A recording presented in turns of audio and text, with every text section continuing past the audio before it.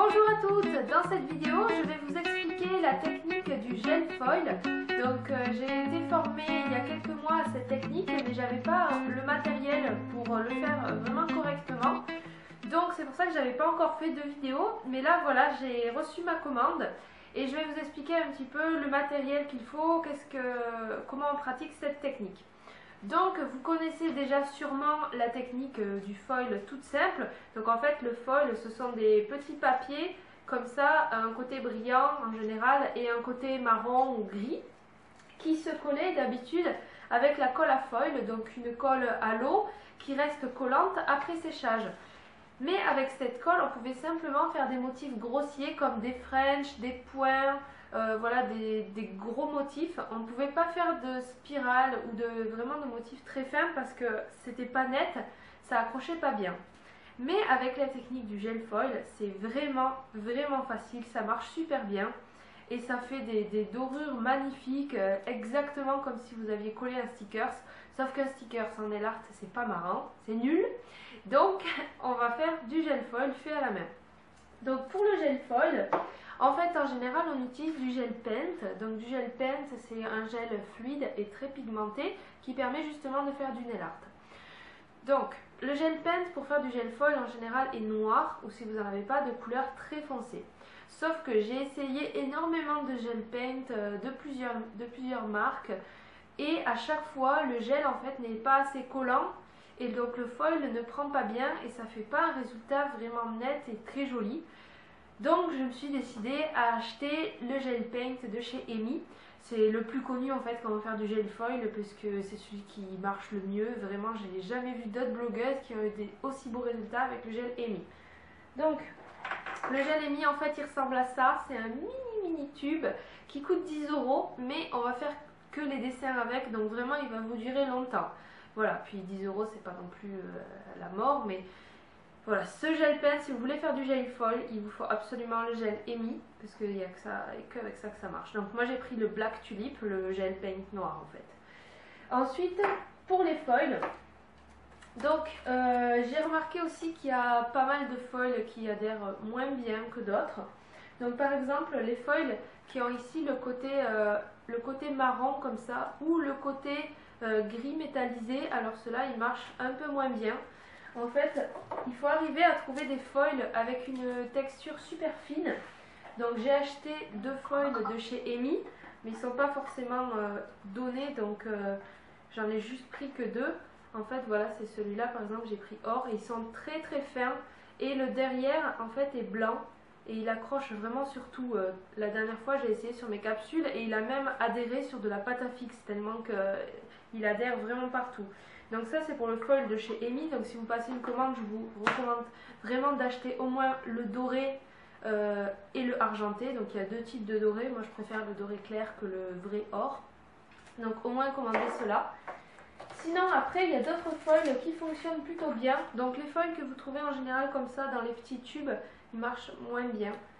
Ceux qui marchent plutôt bien de ce que j'ai pu tester en tout cas, c'est les EF exclusives. Donc ceux-là ils marchent vraiment bien pour cette technique, vous les avez chez Adenails. Sinon il y a aussi la marque ProNail, voilà, professionnelle, mais il paraît qu'ils vont arrêter de les fabriquer. Donc voilà, moi j'ai ceux-là déjà mais j'ai pas plus que ça.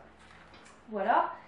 J'ai aussi commandé sur le site de chez Emi le pinceau puisque je voulais voir à quoi il ressemblait en vrai, en quelle matière il était, pour avoir en fait le même que dans la vidéo qu'elle propose. Donc en fait c'est simplement c'est un pinceau de détail en fait, un pinceau très fin avec les poils assez souples. Donc je pense pas que ce soit vraiment utile d'acheter le pinceau. Les Roubloff conviennent très bien ou d'autres pinceaux de détail. Voilà, j'ai pas vraiment trouvé qui soit super méga génial. Il est très bien hein, comme pinceau, mais voilà, il n'a pas plus que non.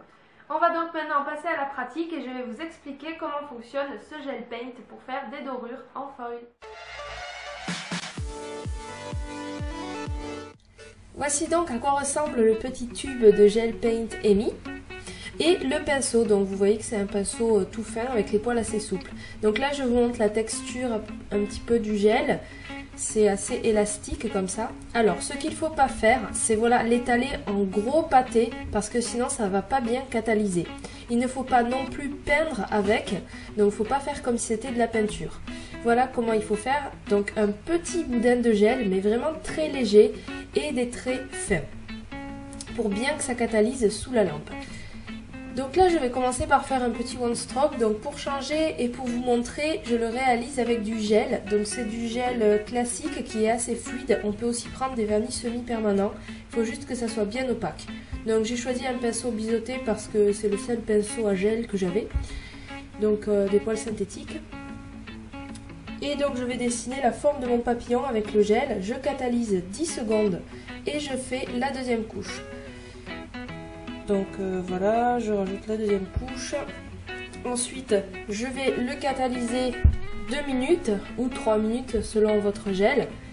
Et je vais le dégraisser à l'alcool pour ne surtout pas qu'il colle pour l'étape du foil. Donc ensuite, je dessine avec mon gel paint les nervures de l'aile du papillon. Donc pour ça, je pars du haut et je fais des fines lignes qui se rejoignent en bas de l'aile.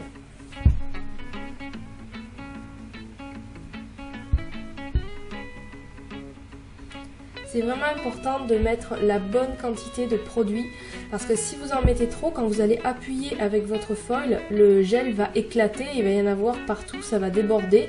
Si vous n'en mettez pas assez, ben alors le foil ne va pas bien adhérer, ça ne fera pas un bel effet.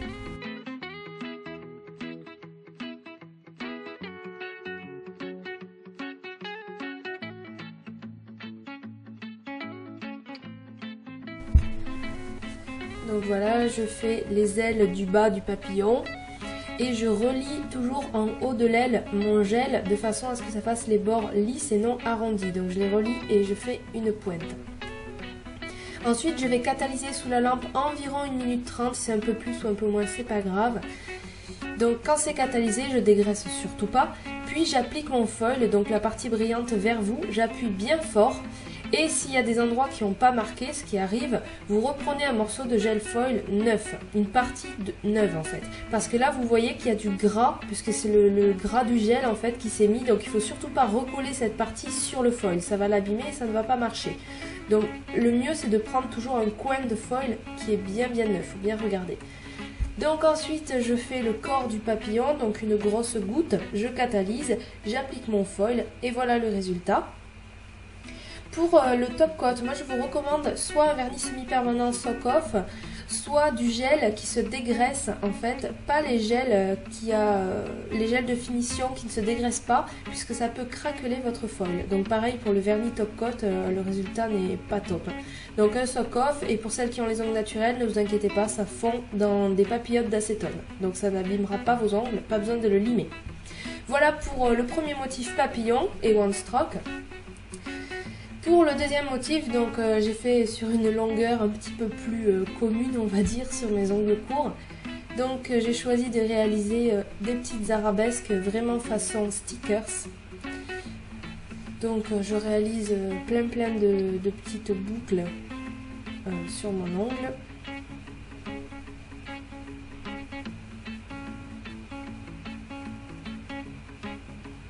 Il faut reprendre quasiment pour chaque ligne, il faut reprendre sur le pinceau la petite boule de gel de façon à l'étirer. Ça se travaille un petit peu pareil que du vernis, à part que ça sèche pas, mais toujours reprendre une petite boule de gel. J'ai catalysé 1 minute 30, je pose mon foil et voilà le résultat. C'est vraiment facile. Ce qui est le plus difficile, c'est de trouver la bonne quantité de gel à appliquer sur l'ongle.